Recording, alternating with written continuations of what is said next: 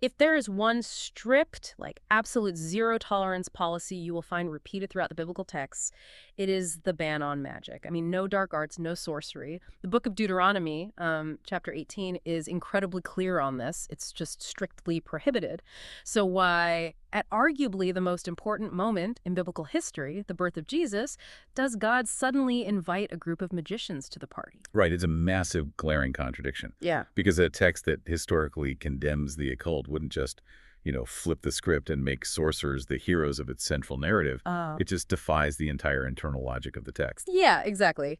Which brings us to the mission of today's deep dive. We are taking a story that you probably think you know inside and out, the classic nativity story of the three wise men, or the Reyes Magos, and we're going to completely unravel it. We really are. We're working from this fascinating presentation by Fidel Rangel on the channel Diosrestaura, and our goal here is to basically strip away centuries of layered tradition to uncover the really complex political and, frankly, far more thrilling historical reality of who these figures actually were. Yeah, I like to think of it like art restoration. You look at a classic painting, you think you know exactly what the colors and the landscape look like, but then a restorer takes a special solvent and meticulously wipes away centuries of grime, smoke, and varnish. And suddenly the sky isn't brown, it's this brilliant blue. Exactly. You realize you haven't been looking at the real painting at all. You've been looking at the buildup on top of it.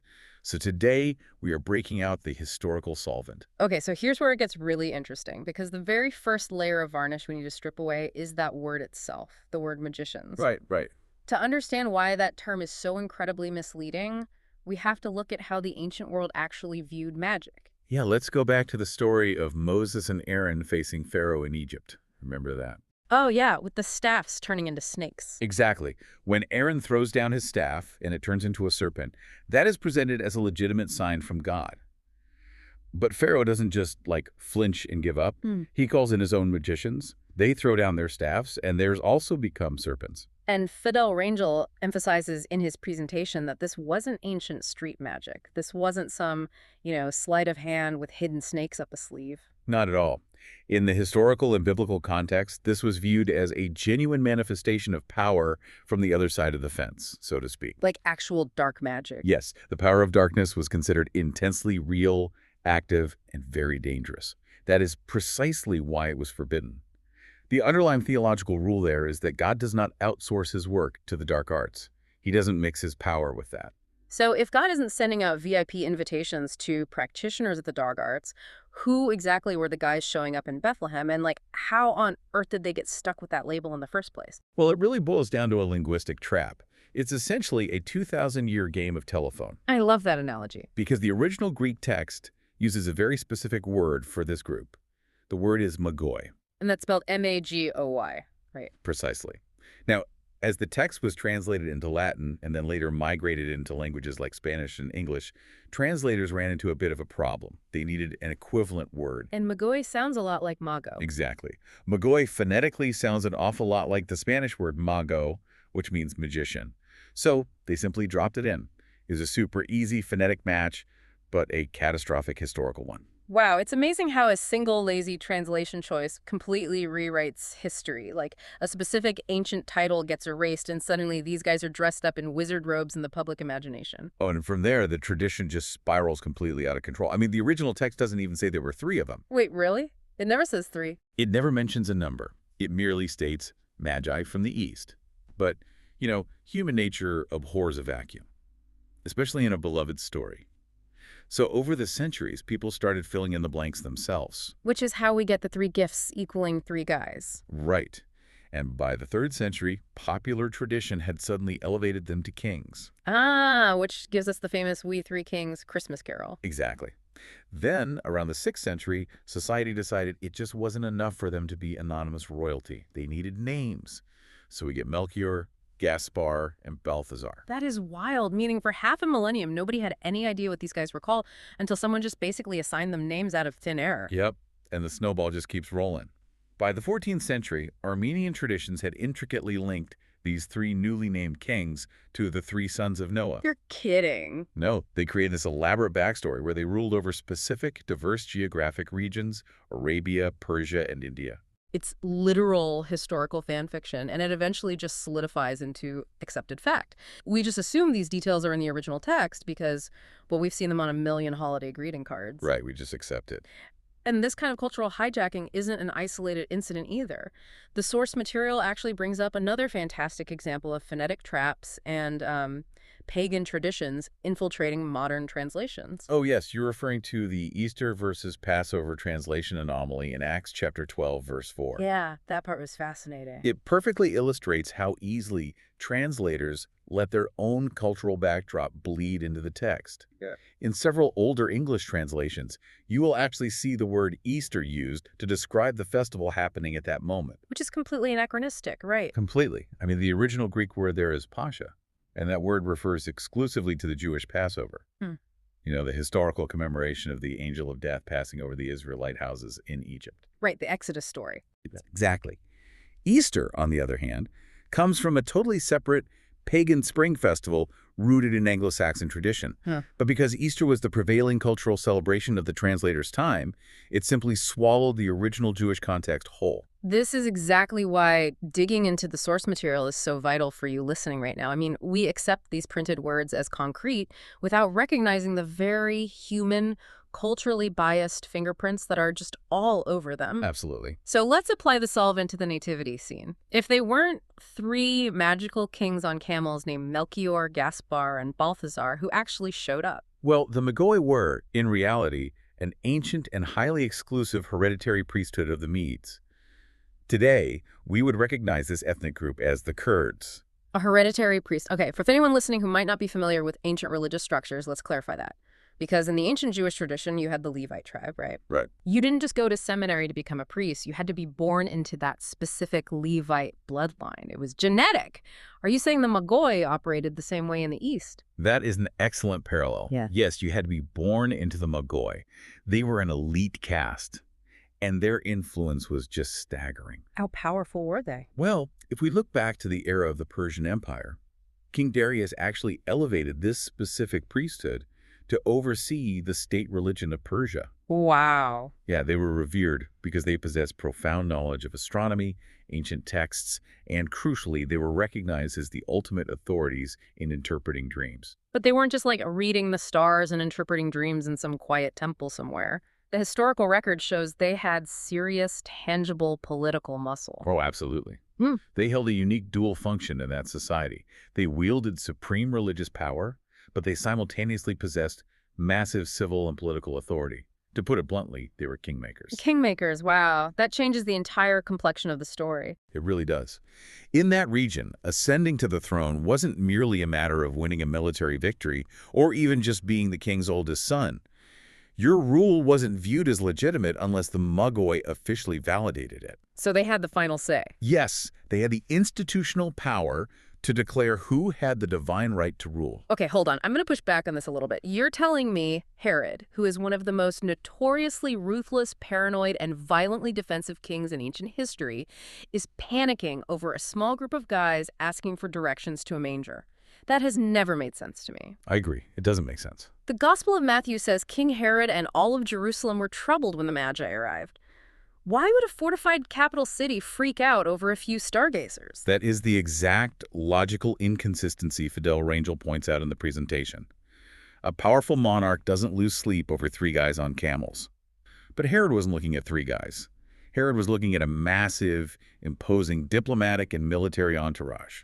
Well, sure. I guess you don't travel across the ancient bandit-filled world as a high-ranking sect of foreign kingmakers without an army to protect you. Exactly. You bring an escort, the heavily armed one. Imagine the scene for a second. Jerusalem is already a very tense city. Right. The geopolitical balance between the Roman Empire, which backed Herod, and the Parthian Empire to the east is incredibly fragile. Suddenly, a massive column of foreign kingmakers, backed by military force, marches right up to the city gates. Oh, wow. So Herod doesn't see a baby shower, he sees a geopolitical crisis. Yes. He thinks they're coming to initiate a political coup. He assumes they've arrived to install a new rival ruler and violently dethrone him, which, ironically, they kind of were doing, just on a cosmic scale rather than a local political one. That's a great way to put it. It transforms a quiet, snowy, peaceful night into a tense, high-stakes diplomatic standoff. But this leaves a massive, glaring question on the table. We've established they are powerful Persian kingmakers. But why on earth would a Persian sect, with their own state religion, mind you care, about a Jewish prophecy? Like, why are they tracking a Jewish messiah? That is the big question. And to find the origin of that connection, we have to travel back several centuries, straight into the heart of the Babylonian Empire, and look at the Book of Daniel. Daniel. Okay, most of us know Daniel from the Sunday school story of the lion's den. But this analysis frames his life in a completely different light, doesn't it? It really does. Because Daniel was a Jewish captive, forcibly relocated to Babylon. But his intellect and his ability to interpret dreams were just unparalleled. King Nebuchadnezzar recognized this almost immediately. And he gave him a new name, right? Yes, in the empire, Daniel was given the name Belteshazzar. And according to the book of Daniel, chapters 4 and 5, the king formally appointed Daniel as the chief, or the master, over all the magi, the astrologers, and the wise men. Wait. Daniel, a Jewish prisoner of war, was made the head of the Magi. He was placed at the very top of their hierarchy. The king recognized that Daniel possessed a superior wisdom, which is described in the text as the spirit of the holy gods. So Nebuchadnezzar basically bypassed the entire hereditary system and put this foreigner in charge of the most powerful religious and political caste in the known world. Try to imagine the sociological nightmare that would cause. I mean, you have this ancient, immensely proud, elite Kurdish priesthood, and suddenly the emperor installs a foreign captive to be their undisputed boss. They must have absolutely despised him. Oh, the resentment would have been utterly toxic. And this perfectly explains the famous Lion's Den conspiracy. Oh, I see where this is going. Yeah, Fidel Rangel argues that this wasn't just vague religious persecution. It was a highly calculated, jealous workplace revolt. A workplace revolt, that is wild. The other magi conspired to manipulate the law and have Daniel thrown to the lions, specifically to eliminate him and reclaim their ancestral power. It was a political assassination attempt by the Magi. Exactly. But as the story goes, Daniel survives the lions. And that miraculous survival shifts the entire dynamic. How so? Does he just fire everyone who plotted against him? Well, in a spiritual sense, he filters them. Having survived, Daniel identifies a smaller, select faction within this massive sect of Magoi. Like an inner circle. Yes. He finds the individuals who were spiritually clean, the ones who were genuinely seeking the truth rather than just, political power. And it was to this specific, trusted inner circle that Daniel passed down the ultimate revelation. The prophecy of the Messiah. Yes. He entrusted them with a timeline, he instructed them on the specific celestial signs to watch for, and he gave them a generational mission. He told them, when the time arrives, you take these specific gifts to the true king. Wow. If we connect this to the bigger picture, God wasn't just throwing a shiny star into the sky and hoping some random practitioners of the dark arts would happen to follow it. He was activating a holy spiritual delegation. So they knew exactly what they were doing. Completely. This was a group that had been preserving a secret, meticulously preparing for this exact diplomatic mission for hundreds of years, all under the foundational teachings of Daniel. It's an incredible historical thread. These weren't outsiders wandering into the narrative by accident. They were the execution of a centuries-old contingency plan. Exactly right. Okay, let's unpack this.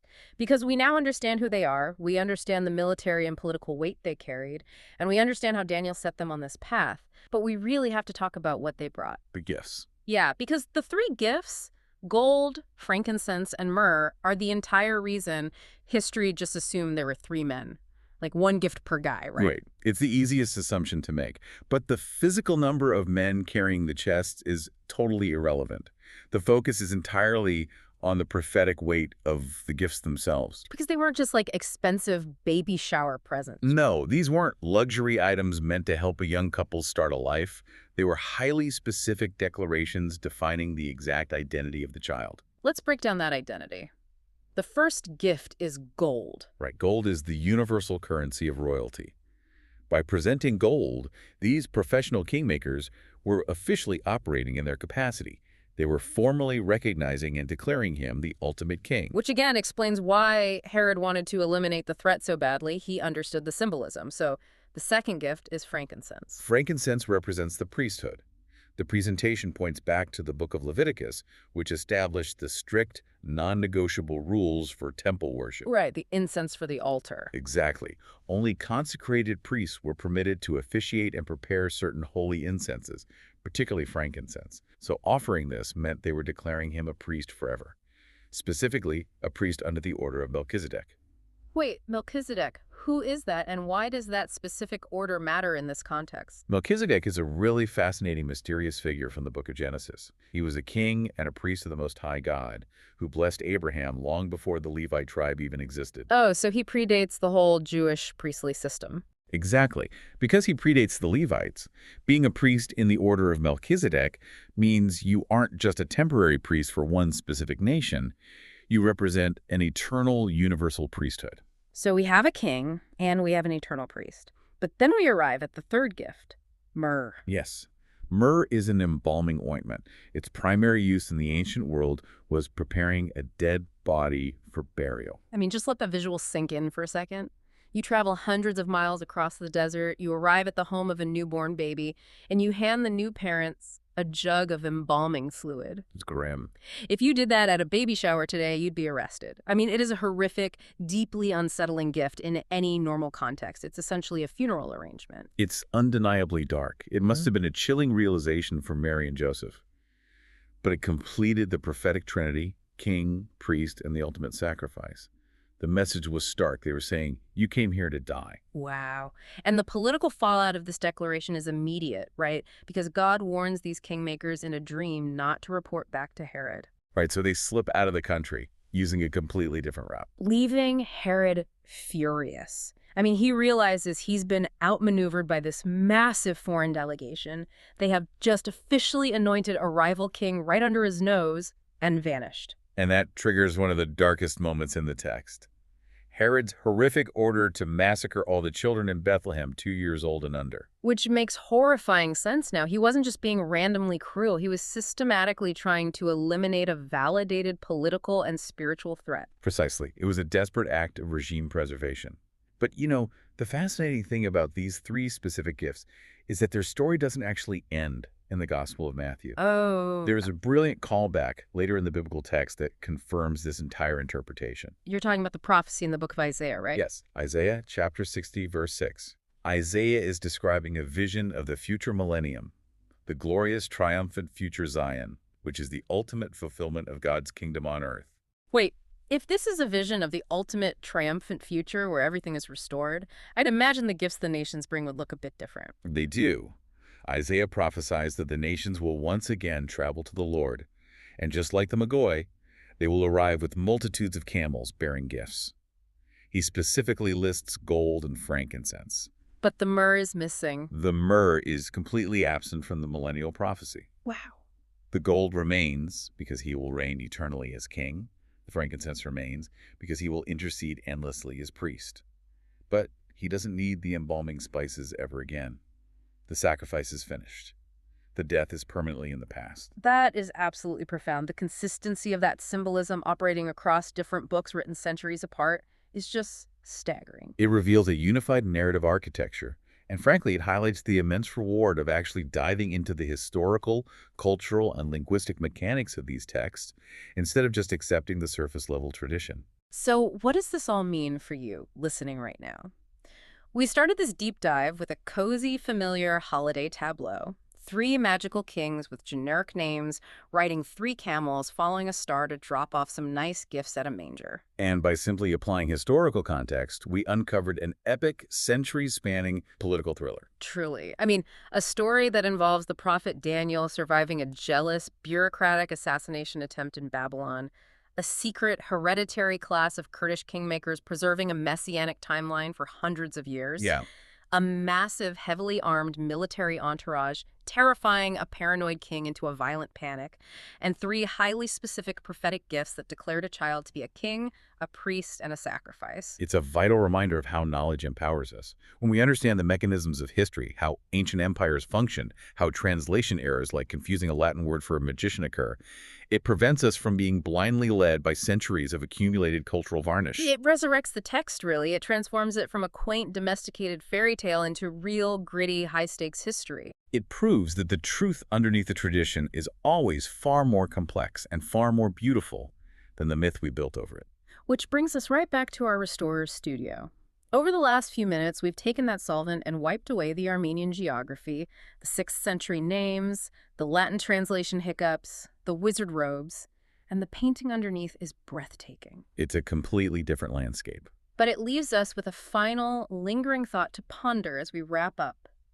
If a story is universally recognized as the Three Wise Men, a narrative that is literally depicted in millions of living rooms around the globe every single year, has been this clouded by centuries of artistic license, mistranslations, and cultural assumptions, well, what other widely accepted historical or cultural narratives are out there? Yeah. What other stories just waiting for you to break out the solvent, peel back the layers, and discover the real McGoy hidden underneath? That is the perfect question to ask every single time you open a history book. Keep jigging. Keep questioning and keep looking past the varnish. We will see you on the next deep dive.